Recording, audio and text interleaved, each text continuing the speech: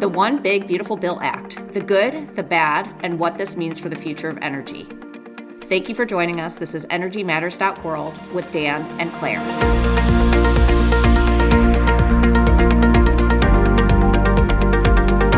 And today we'll be talking about the bill and the ways it modifies the tax provisions, in particular relating to the 2022 Inflation Reduction Act.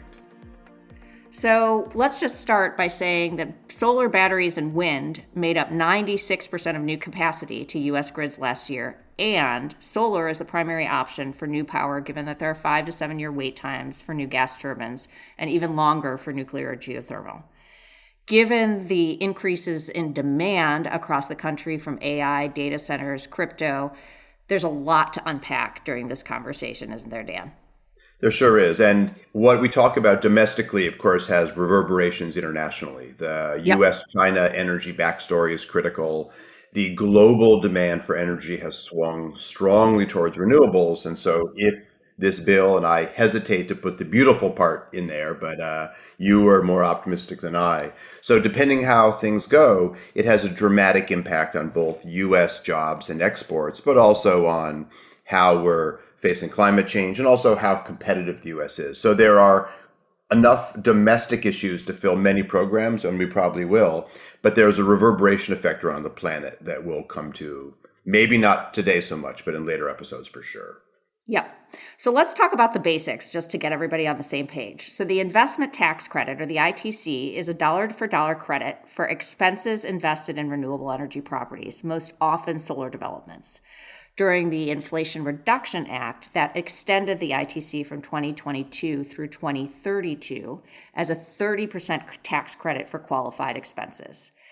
The way to determine a project's eligibility for most tax credits is the time a project or facility begins construction, and accelerating the phase out of how you define when construction starts is forcing everybody in the solar industry to reevaluate everything, literally. And so this gets pretty wonky pretty darn quick, but we know that the Big Beautiful Bill Act, or the OBBBA, was passed in July of 2025, but and in that BBB Act, it accelerated the phase out of tax credits added by the IRA for wind and solar projects that are placed in service after 2027, with an exception for projects on which construction begins on or before July 4th, 2026. So that's a mouthful. But then add on August 15th, the Treasury Department issued updated guidance related to the beginning of construction requirements for solar and wind facilities that clarified new standards and deadlines. So the solar industry has gone up and down with just an extraordinary amount of drama. We call it in the industry the solar coaster, and this is the most nauseating solar coaster that I've been on in my 20-year solar career, for sure. However, where I'm excited about talking with you, Dan, where we're probably going to disagree, is that this isn't as bad as we feared for projects less than 1.5 megs AC.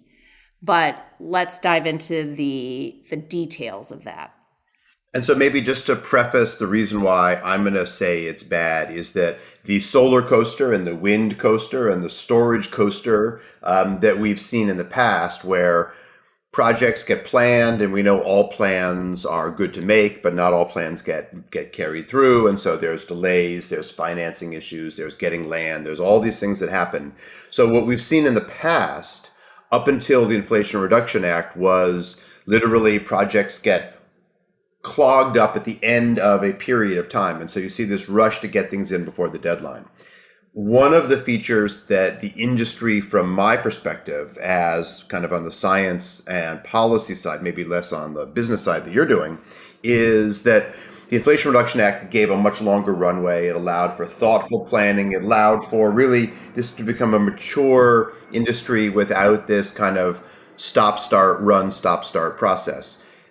This, what we're now seeing under the Big Beautiful Bill, is a return at least to these uglier days. And I have multiple worries, one of which, just to kind of highlight something here at the beginning of the show, is that we're already seeing forecasts. Bloomberg New Energy Finance, for example, just came out and said, well, a huge bulk of new projects that were planned in the US were going to be solar and wind. And now we're starting to see discussions of major shortfalls. And we're talking shortfalls in the 5 to 7 gigawatt range. So these are not, individual projects. These are the large changes. And so as you describe it, and I really want you to dig in and say why you think it's not as bad as you thought, to me, it is returning to a model at best that we know is not good for steady, well-planned development.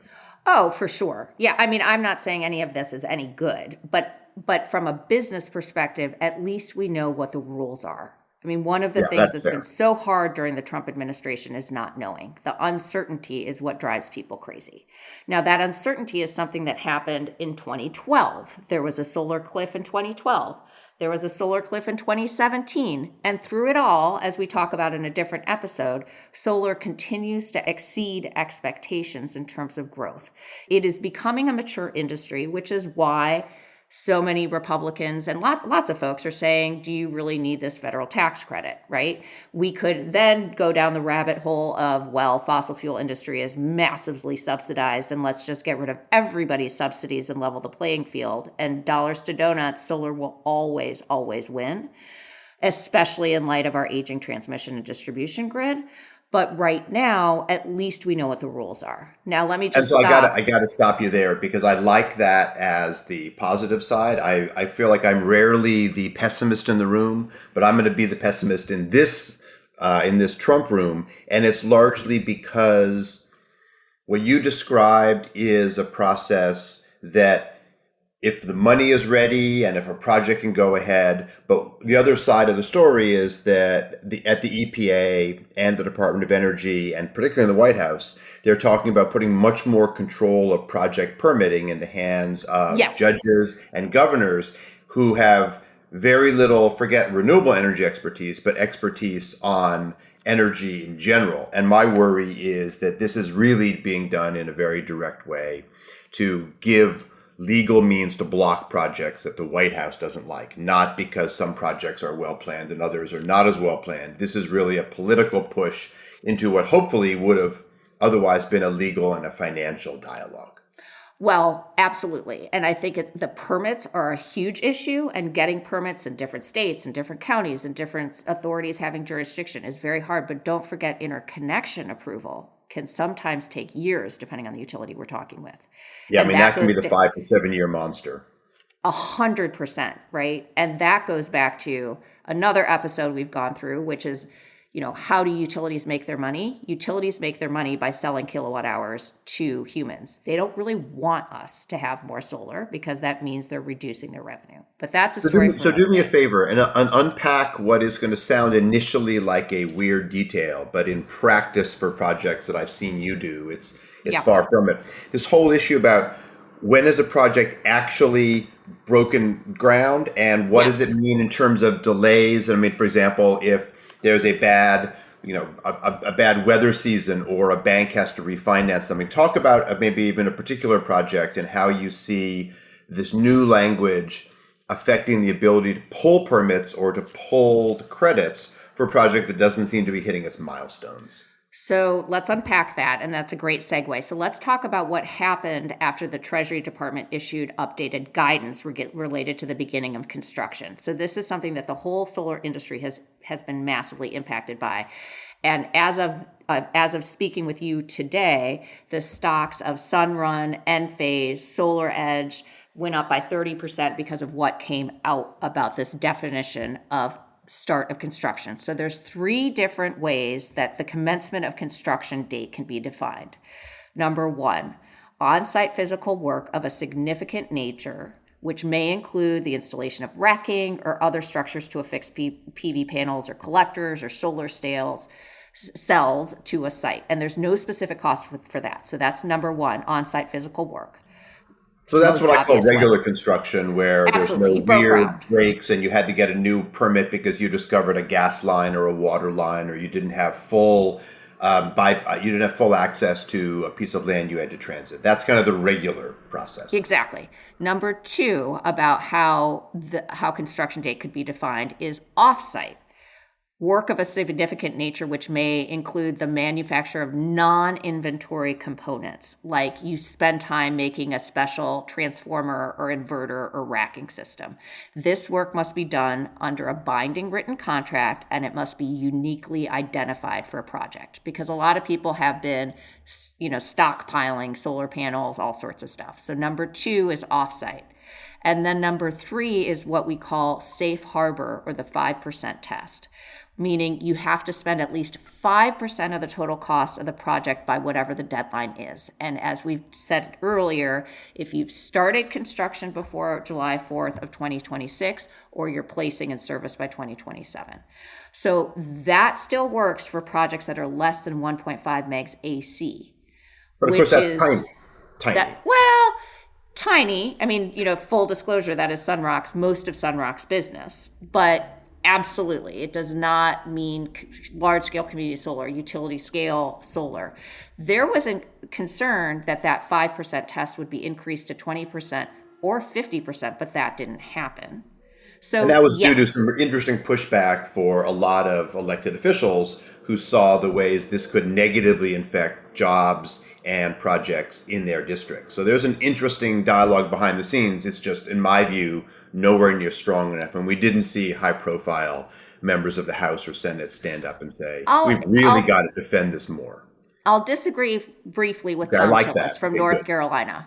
So Tom Tillis, we went to a fundraiser for Tom Tillis with Sunrock, full disclosure. He knows his energy policy, and he knew that the big, beautiful bill was going to negatively impact his constituents. So let's be real. I mean, essentially by getting rid of the 30% federal tax credit for residential, we've been focusing on commercial this conversation, but basically there's a cliff at the end of the year. You will not get a 30% federal tax credit. That literally across the country is going to remove 250,000 jobs, close to overnight. Yeah, and Tom Tillis understood that. Yeah, and I think this is a critical thing that's reverberating. So, again, full disclosure, there's a analytics group in Oakland, California. A number of my students are employed there now, called the Rhodium Group. That is, I think, one of the best analytics groups, and we'll put a link in the material to their latest report. They come up with not only that number, but they're worried about, with the push to do clean energy projects overseas, that U.S. companies will lose critical capacity to overseas places where there are real jobs. And then if and when, hopefully when, but not if, we get to repeal or move back on parts of this, some of the best talent will be gone. Oh, 100%. Because let's be honest, like for over 1.5 meg AC solar projects, you must demonstrate that you're undertaking on-site physical work or off-site physical work on a continuous basis by July 5th of 26. That's not very much time to get a permit, to get interconnection approval, all of that. So for any projects to do begin construction by July 4th of 26, you have 4 years to finish after the construction year starts. And then you also have to show continuous construction. So the over 1.5 meg AC solar projects have a lot of heartbreak ahead, a lot of heartbreak. And let me throw in the other piece, which we'll talk more about in episodes on China and the international scene, and that is, I know a lot of large projects in the West, some that I worked with in Washington State, 2 in New Mexico, and quite a number in California, where they did not have all of their inverters and solar materials stockpiled as they began. They were going to be buying these on the market, and they were assuming they would be buying from China and Vietnam and Malaysia and Canada and places. And now, with this other layer of debate about tariffs, there's real questions about where that inventory is going to come from. Maybe not for some of the small projects in the coming months, but in the longer term, if this becomes a pivotal piece of the trade war or the tariff war or the tariff insanity, whatever you want to call it, there's a worry that that process of finding least cost materials, building them into your projects really could be thrown out the window, and project costs could escalate, which will unwittingly then play into the argument that renewables are not as cheap as you and I and people, developers, know they actually are. Right. That's exactly right. And so we haven't even talked about FEOC, or the Foreign Entities of Concern restriction. But that what FEOC means is that, especially for larger projects, we need to consider safe harboring by the end of 2025. And so there's going to be a huge spike in costs And associated that's with right anything around that the we're doing. corner for any big project. It's Absolutely. in the And you rearview asked, mirror for some. oh, for sure. Yeah. So you asked about a specific project that I've worked on recently, and this is with Sunrock, where, what's happening with domestic content tariffs, how that's all impacted. So, earlier in 2025, we bought a battery. We then heard from the battery manufacturer that it constitutes domestic content. Then we heard that it wasn't. Then there was a tariff that was imposed on it. And that tariff was huge. It would have, almost double the cost of the battery. Then we heard, psych, we're not really honest about that. The tariff isn't quite as bad as we thought it was. But we needed to get a tax opinion, and we weren't allowed to use our tax lawyer. We had to use their very expensive tax lawyer in order to get the ruling that this was, in fact, considered domestic content. And the time involved, each of these I steps pushes mean, you closer to these ridiculous. deadlines, if not beyond. Absolutely. So the tariff rigmarole has been, incredibly dramatic. Now, one good thing is other projects like storage, gas-fired power plants with carbon capture, geothermal, hydropower, biomass, they all have till the end of 2033 to start construction and qualify for tax credits at the full rate. Any project that starts construction in 2034 or 35 will qualify for tax credits at reduced rates. So there's, that means companies like, full disclosure, I'm an investor, but Canaan Energy, which turns waste heat to power. You're an investor in everything, Claire. So I No, respect I'm your not. I wish I were, but no. Canaan Energy is a fantastic company. We'll definitely have links to their website, Kanin Energy, waste heat to energy. They're going to shine in this era. But FEOC, the Foreign Entities of Concern, has been massively impacted by this big, beautiful bill. There are provisions that will deny technology neutral tax credits on projects that use too much Chinese equipment or have contracts or technology licenses that give Chinese counterparties effective control over their projects. FEOC requires a three-part analysis. There's so much complication. Any project that's under construction by December 31st of 2025, which TikTok, that's just tomorrow, right, can avoid step one of the analysis. But anyway, there's limits on the Chinese equipment, and that's very, very complicated. Add in that, okay, great, you want to support manufacturing all equipment in the United States. Fantastic. That's why Tom Tillis was pushing what he was pushing. That's why, we've created so many tens of thousands of manufacturing jobs in the solar and storage industry, but you can't install such a thing overnight. So, all of this is causing a huge restructuring of existing pipelines of wind and solar projects. The only positive is that we have less uncertainty to do business. Well, I think that just to double down. So again, this is maybe where we kind of have this different perspective, because this part of the bill absolutely does target the solar part, but we know that the president either doesn't think the wind exists or doesn't think that we'll be permitting this because there's other means. And so my worry is that with the biggest chunk of new clean energy projects going in being solar, this bill targets the leading edge of the clean energy transition, and others are going to be feeling all kinds of very negative headwinds. Even things that right now, Texas is installing storage like a bandit, but all of these are going to be affected, even if they're not directly targeted by the piece you're talking about now. Absolutely. Absolutely. And I think to lift it up, we're obviously not just talking about solar, but the think tank Energy Innovation found that the bill threatened thousands of clean energy projects, likely resulting in the loss of 760,000 jobs in the sector by 2030. Yeah, That's and to maybe bring it home to individuals, the Rhodium Group that I mentioned before, they're estimating $100 to $200 increase in the cost per homeowner on their energy. Oh, yeah. And so we're talking about dramatic changes overnight. We'll talk about EVs in a later episode. I think there's so much going on. What we're talking about today, we'll leave that aside. But this is going to reverberate in terms of people's monthly electric bills in a very direct way. I don't think the causality is going to be seen by people. They're just going to see higher rates. They're certainly going to see higher rates. And we, as an energy industry and as a climate tech community, have to be loud and proud about the fact that the reason that your rates are going up is because of what the Trump administration has done. But it's interesting. So I was just in Austin, Texas, recording a debate with a pro natural gas slash nuclear advocate, and his point was no. Renewables are expensive, and I said, but it's clear, and it's been reported on for years that up until this bill, it was demonstrated and documented that it was cheaper to build a new clean energy plant than to operate an existing fossil fuel Right. plant. That's been something that Bloomberg New Energy Finance is reporting on for years. And he said, oh, that's just not true. That's left-wing media. And I said, this has been documented. And so people are not even playing by the same facts. And that does worry me about the kind of clear reporting that I agree the industry has to do. But, clean and dirty energy is as partisan now as you can possibly get.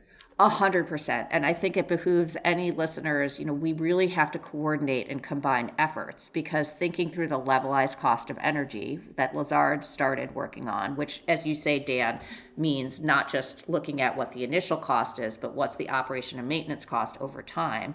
That's what we have to compare. Because I think there is still the trope that as evidenced by your conversation, that renewable energy is still more expensive than gas. And it's just not true. I mean, what I would love to do, and maybe we should write a paper on this, is let's get rid of all of the subsidies for fossil fuel and all of the subsidies for everything, right? Level the playing field 100%, incorporate what transmission and distribution costs are, and then let's see where we are. You see, Claire, you're sounding more like an academic like me all the time, because I would love to do that. But we also know that there are subsidies layered in terms of permitting, and where roads and railroads and gas lines are given credit, and we will unlikely to ever be able to disentangle those subsidies, many of which come in the permitting and the biasing process. But I totally agree with you. And then there's another level, and that is that Congress nullifying EPA's waiver to California, which is a waiver that allows California to set higher standards, primarily in vehicles, but also in terms of air quality near power plants. There are other layers that are being, I fear, and I think, cleverly aligned with this big, beautiful bill to make the pathway to lower cost, more job creating clean energy harder and harder despite all the benefits. I know that was a mouthful, but it's the bigger context in which this bill sits. Sure. And I mean, you're referring to Project 2025. Absolutely. Yeah. So tell me a little bit more about what you're talking about, and then I'll add mine. So, I mean, there's two aspects. One is that as you clean your electricity, it makes electric vehicles all the better in terms of air quality, which has direct benefits. But we also know that the most critical finding in front of the Supreme Court, the so-called endangerment finding, we talked about it briefly before. But endangerment basically says that the reason why the US EPA is allowed to regulate energy is because greenhouse gases are harmful to people on the planet. There's no scientific debate about that outside the White House, as far as I can tell. But the issue is, if the endangerment finding goes away, then EPA's ability to essentially use the Clean Air and the Clean Water Act gets dramatically weakened, if not removed. And then we're in a situation where the fallback framework for doing all these projects has been attacked in a way as strong as the big, beautiful bill is attacking the financing side. So we have a double or triple whammy coming if both of these things happen. And so far, I hate to admit it, the Trump team has been exceedingly effective in executing their agenda. Yeah. Yep. And I guess, just lifting up for the people who are not as policy wonky as we are, what's the Project 2025 agenda? I just fundamentally have such a hard time understanding, like, you really want to ruin the planet for your children and for your grandchildren just so you can make a buck now? And I guess that really is. I mean, I'll boil it down. Right. I mean, I'll boil it down. I mean, so that's you're stealing my line, which I like, but I'll sort of delve into your territory. The estimate is that since the beginning of the Inflation Reduction Act, what we have seen is a huge increase in manufacturing. We've seen new jobs coming into the sector. There's been important bumps up in terms of manufacturing and investment in manufacturing.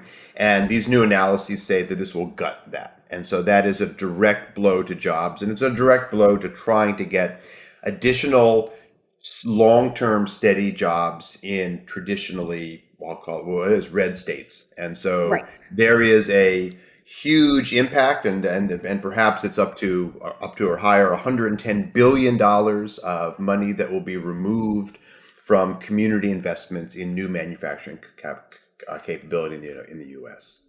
Yep. So, clean energy manufacturing, huge point. Most of the Inflation Reduction Act funding did go to Southeast and red states, where and clean By energy design. By design. by design. Absolutely. Let's support folks and create jobs in different parts of the country, right? So investment in facilities that manufacture clean energy technologies like solar modules, battery cells, electric vehicles averaged around $9 billion a year in the 2 years leading up to the passage of the IRA. But since the IRA through Q1 of 25, that increased by a factor of 4.5 times to $42 billion annually, Right, that's a representing 100. dramatic change. I mean, that is the It's kind of huge. thing that you would think a president of any political stripe would say, "I want to take credit for building manufacturing base in the U.S." That's supposed to be a core value. Right.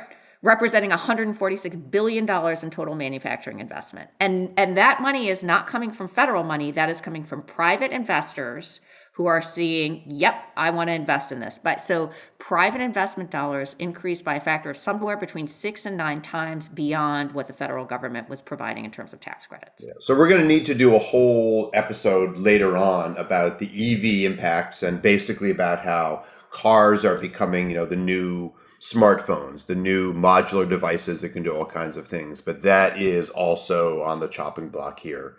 We'll do that one in another episode because it's just such a big mouthful. And we're really hoping that people will go to Energy Matters at energynet.world and other places to give their stories. I'd like to hear good and bad stories about what we're getting out of both the clarity on what the big blanking bill does, but also on what are some of the perspectives of large and small industries in terms of where they want to be positioned. We saw quite recently that this administration has now canceled over 6,000 visas for returning students who are in U.S. universities from overseas. And those are primarily STEM students. And so that had been a huge source of talent. That's not directly in the big, beautiful bill, but those are related efforts. And they are gutting this capacity to be a leader in where most of the world sees they're going right now in terms of their energy demand. Right. Right. And we could spend an entire episode about the unprecedented handouts to the fossil fuel industry, right? Which mandates onshore and offshore oil and gas leasing, opens sensitive areas for drilling, expands coal extraction. I mean, it's fascinating. So if you take a particular state, let's say Connecticut, right?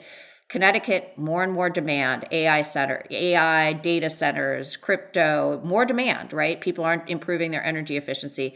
They're a transmission constrained state. They don't want to install coal. They don't like offshore wind. They do like solar, right? They've made energy efficiency improvements. What do you expect them to do? The transmission and distribution grid is very constrained. So he's literally going to do offshore oil and gas off the East Coast. I mean, That's what the numbers are saying, right? That seems right? to be what a number of his investor friends. And so I know we're not supposed to be super political. We tried in the series to start with the facts, both on the science of climate change, science of energy, and the business side. But this bill has squarely put that in the center. And so Well, and it creates a pay-to-play scheme, right, that allows developers to pay a fee in exchange for expedited environmental rules of their proposed projects. And it including like eliminating funding to reduce emissions of methane, which is a potent greenhouse gas, 4 to 10 times more potent than carbon dioxide, and delays a fee for methane releases. It provides huge tax breaks for fossil fuel developers. He also directed the Department of the Interior to end policies that promote wind and solar. So all across the board, it seems that our demand is increasing, right? There's no way around that. And this has certainly, cut us at the knees. Okay, without so question. to wrap the episode up, you're in the business side of the story. Who do you think will be winners in this process? Is it those people who have been stockpiling inventory, or is it those that will work with manufacturers of solar panels in Vietnam or Malaysia, which, by the way, are both targeted for tariffs? Who do you see as a winner strategically, not in terms of individual companies? Yeah, well, certainly the losers are the residential, right? No No question question. about it. And the losers are large utility scale projects because you can't install these projects. So it's going to have to be commercial and industrial, right? Small scale commercial industrial, less than 1.5 megs AC, and storage. So, as you know, Dan, better than anybody, talking about East versus West, demand charges in California have increased by a factor of 3 in the last several years. And so, focusing on the demand charge savings with storage is going to have to be the winner.